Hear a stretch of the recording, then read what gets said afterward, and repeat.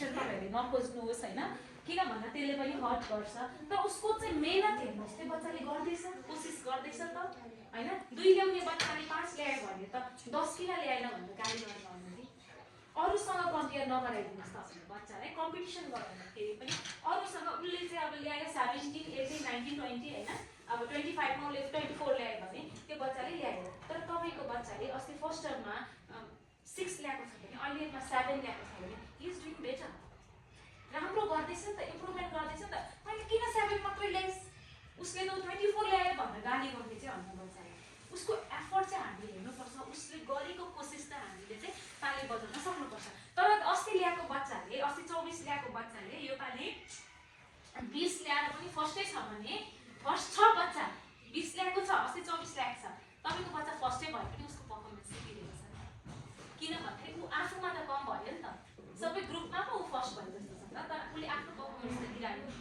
त्यसले गर्दाखेरि चाहिँ त्यो सबै कुराहरू पनि तपाईँले अब्जर्भ गर्दाखेरि चाहिँ बच्चाको सिकाइ कस्तो छ, उसले कसरी लर्न हुँदैछ, उसले के कुराहरू भइरहेको छ, त्यो चाहिँ हामी अब हजुरहरूले पनि हेर्नुहोस्। अनि हामी पनि त्यो त्यही भएर चाहिँ स्कुलमा कोलाबोरेसन एकदमै धेरै हुनुपर्छ। आउनुहोस् मेरो बच्चाले कस्तो गरिरहेको छ, के गरिरहेको छ, अनि कहाँ जान्छन् मलाई साथीहरू जुन थाहा छैन, मलाई इन्भल्भ। अब हामी कुनै कुरामा इन्भल्भै छैनौँ कि बच्चालाई हामी टेक केयर गर्नेमा, बच्चालाई रेज गर्नेमा हामी वी आर अनइन्भल्भ भने मतलब मोबाइल दिएको छ, अब आफ्नै काममा व्यस्त छ, यहाँ भात पकाउने व्यस्त छ, मोबाइल दियो, अब उसले के हेऱ्यो, कता हेऱ्यो, कहाँ गयो, वी डोन्ट केयर। भएन भने चाहिँ म बाबामाले दिइहालिदिन्छु, केस हालेर जेलमा हालिदिन्छु। थाहा छैन अनपढ के थाहा छैन, अनपढ ए बाबामाले भने चाहिँ माग्नुपर्छ भन्छ उसले के थाहा। त्यही भएर आजभोलिको युगमा चाहिँ के अनुशासन हराउँदै गएको छ रे, पढे लेखेका मान्छे नै भ्रष्टारी भएका छन्। एजुकेट हो नि त, तर उनीहरू के छ स्मार्ट एजुकेसनमा त भयो, गुडनेस चाहिँ छैन।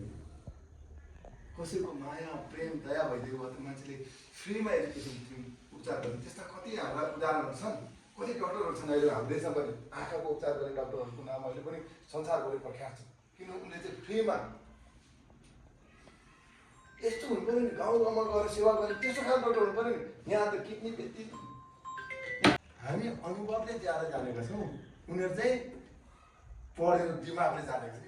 हामी चाहिँ यो युज गर्छौँ, हामी चाहिँ हृदय युज गर्छौँ, उनीहरू चाहिँ के छ दिमाग युज गर्छ क्या। अर्को दिमाग युज गर्छ, दिमाग बनाएको यस्तै छ त के अब हाम्रो शिक्षै यस्तै छ, दिमाग ठुलो बनाउने काम गर्छ के केमिस्ट्री फिजिक्स भनेर जति धेरै पढायो। अब अहिले त प्यारेन्ट्सले के लाग्छ भने यो जुन स्कुलले धेरै पढाउँछ त्यो पृष्ठ चाहिँ राम्रो हो।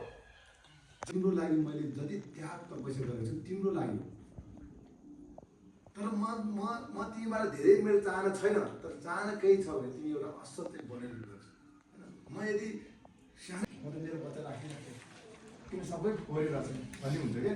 त्यही भएर हामी सबैजनाले सफा सुग्घर गरेर पठाउने तपाईँलाई एउटा फिल हुन्छ नि सबैजना सफा सुग्घर आउँदो रहेछौँ। त्यही भएर हामी निट एन्ड क्लिनमा पनि विशेष ध्यान दिउँ। र अब स्क्रिन टाइम तपाईँले अब समय हुन्छ नि, मोबाइल पनि नदेखाउनु छ भने देखाउनुहोस्, तर अलि मिलाएर देखाउनुहोस्। त्यो सम्बन्धीमा तपाईँले एउटा पेपर पनि आज दिन्छु, पेपर गर्दैछु। फेरि अब जो बस्नुभयो तपाईँहरू हाल्नुभयो, त्यो मैले हराएको त्यो तपाईँ आफै हाल्नुभयो है। ल okay next round 1 2 3 paper scissor rock. अब जसले पेपर देखाउनु भयो त्यसले बस्नुहोस्, पेपर देखाउनु चाहिँ भन्छ है। Okay paper scissor rock.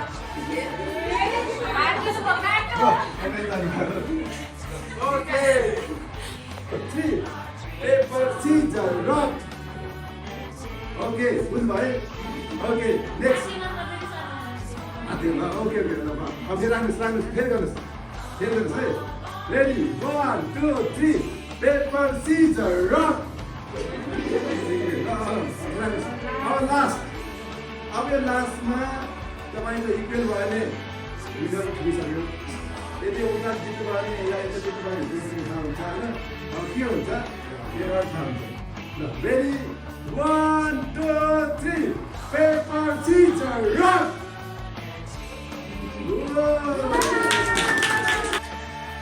14 14